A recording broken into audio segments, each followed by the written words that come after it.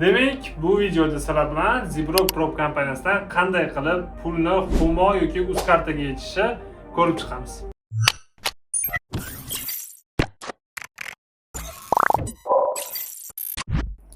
Assalomu alaykum hammaga. Men ismim Hikmatjon Xo'jakbar. Trading sohasi bilan 6 yildan beri shug'ullanib kelaman. Agarda kanalda yangi bo'ladigan bo'lsangiz, albatta obuna bo'lib qo'ying. Kanalda bundan foydali video darsliklar juda ham ko'p. Demek sizlar bilan bugungi videomizda oldingi videoda qo'ygan edim Zibrock Prop kompaniyasidan o'sha hisob olib, imtihonlardan o'tib va pul yechishni tez orada videosini chiqaraman deb.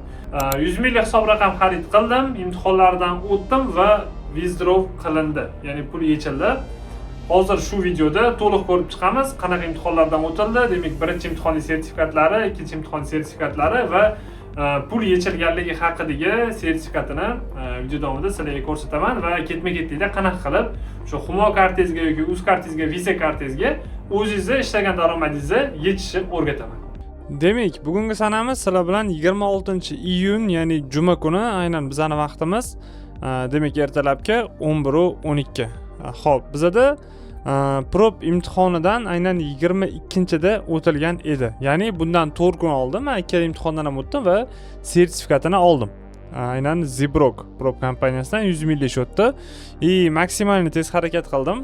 Shu videoni tezlashtirish uchun kichkinaroq foyda bo'lsa ham withdraw qilib, withdraw qanaqa qilinishini sizlarga tushuntirib ko'rsatib berish uchun. Xo'p, sertifikat demak mana shu ko'rinishda bo'ladi. Akkaunt demek razmeri shu 100 minglik akkaunt, sanasi va SEOni demek podpisi, qo'li. Xo'p, demak saytga o'tadigan bo'lsak, bizda главный page'imiz mana shunaqa ko'rinishda bo'ladi akkauntda. Xo'p, server Zibrock, akkaunt 100k live. Hozirgi balans 100.500 dollar.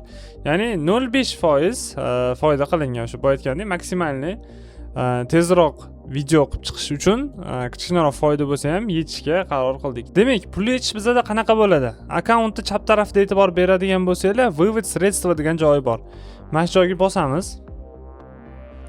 Xo'p, bosganimizdan keyin bizning shotimizda bor pribirli ko'rsatib beradi. Ya'ni bizning shotimizda hozir 520 dollar 89 sent foydamiz bor hozirgi momentda. Demak, o'ng taraf eng chetda e'tibor bersanglar, vывод запросов degan joy bor. Ya'ni pul yechishga zapros tashlash. Shuni ustiga bosamiz. Qanaqa uslubda pulni chiqarmoqchimiz? Ya'ni kartamizgami, USDT o'sha kriptovalyuta qilibmi yoki bank shotgami? Men misol uchun kartamga chiqarmoqchiman, o'zimning kartamga. Endi bu yerda sizning daniylaringizni so'raydi. O'sha karta raqamlari, amal qilish muddati. Demak, to'ldirib olamiz bu joyga. Ikbar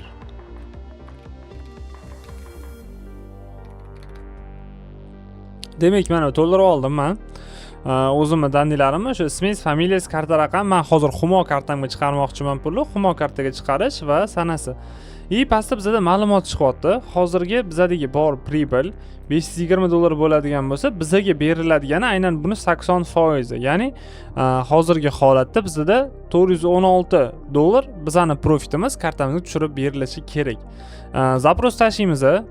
Zapros tashlagan vaqtimizda daniylaringizni yana bir marta tekshirishingizni so'raydi. Ya'ni hozirgi kiritgan tepadagi daniylaringizni tasdiqlash maqsadida qaysidir raqamingiz xato, ismingiz xato ketib qolsa, pul boshqa odamga tushib ketib qoladi. Shuning uchun yana bir marta tasdiqlash uchun yana bir marta mana shu ism, familiya, o'zingiz daniylaringizni kiritishingiz kerak bo'ladi.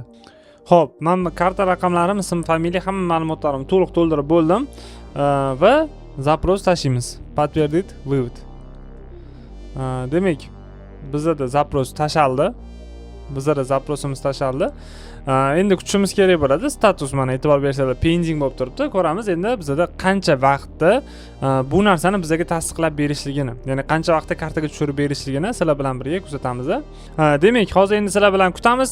Orderimiz qachon bizda bajarilishini, ya'ni mana pending statusimiz qachonki dan bo'ladigan bo'lsa, bizga demak kartaga pul tushadi. va bizda kartamizga tushadigan pul hozirgi vaqtda $416 bo'ldi. Endi 100 minglik shotga qaraganda $500 profit juda ham kichkina, bilaman. No, bu haftada unaqa zo'r vaziyat bo'lmadi. Shuning uchun kichkinaroq savdo bitimlari bilan maksimalli videoni tezlashtirish uchun harakat qildim. Kichkinaroq profit bo'lsa ham mayli withdraw qilib, bitta tushuntirib, qanaqa withdraw qilish, qanaqa o'sha o'zingiz kartangizga yoki o'sha kriptovalyuta qilib bankovskiy shotingizga qanaqa pul chiqarish bo'yicha.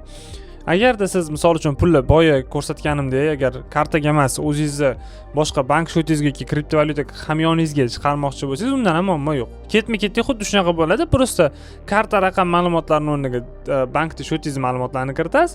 Kriptovalyuta qilmoqchi bo'lsangiz, o'sha kashligingiz raqamini kiritasiz. Va endi kutamiz sizlar bilan. Demak, eng muhim joyi, ya'ni payoutga keladigan bo'lsak, payoutni biz zaявление berishimiz bilan 24 soatga qolmasdan, ya'ni bir kun ichida bizani payoutimizni tasdiqlab, pulimizni tashlab berishdi. Mana bu joyda bizning sertifikatini ko'rishingiz mumkin. Mana bizda o'sha pul yechilganligi haqidagi sertifikat, aynan sanalari, shoti va summasi. To'g'ri, summasi bizlar kichkina bo'lishi mumkin. Nega? Chunki biz maksimalni tez harakat qildik. Aynan prop shotdan pulni yechib, tezroq sizlarga video qilib, qanaqa xumoga yechish, qanaqa uzkartga yechish sizlarga tushuntirib berishga harakat qildik. Shuning uchun ozgina kichkinaroq bo'lsa ham sirasi video qilishga qaror qildim. Demak, 10% chegirmaga ega bo'lish uchun aynan Zbrokdan shot olayotgan paytingizda Finbax kupon kodini yozib qoldirasizlar va 10% skidkaga ega bo'lasizlar. Hammaga omad. Keyingi videolarda sizlar bilan ko'rishguncha charchamaylik.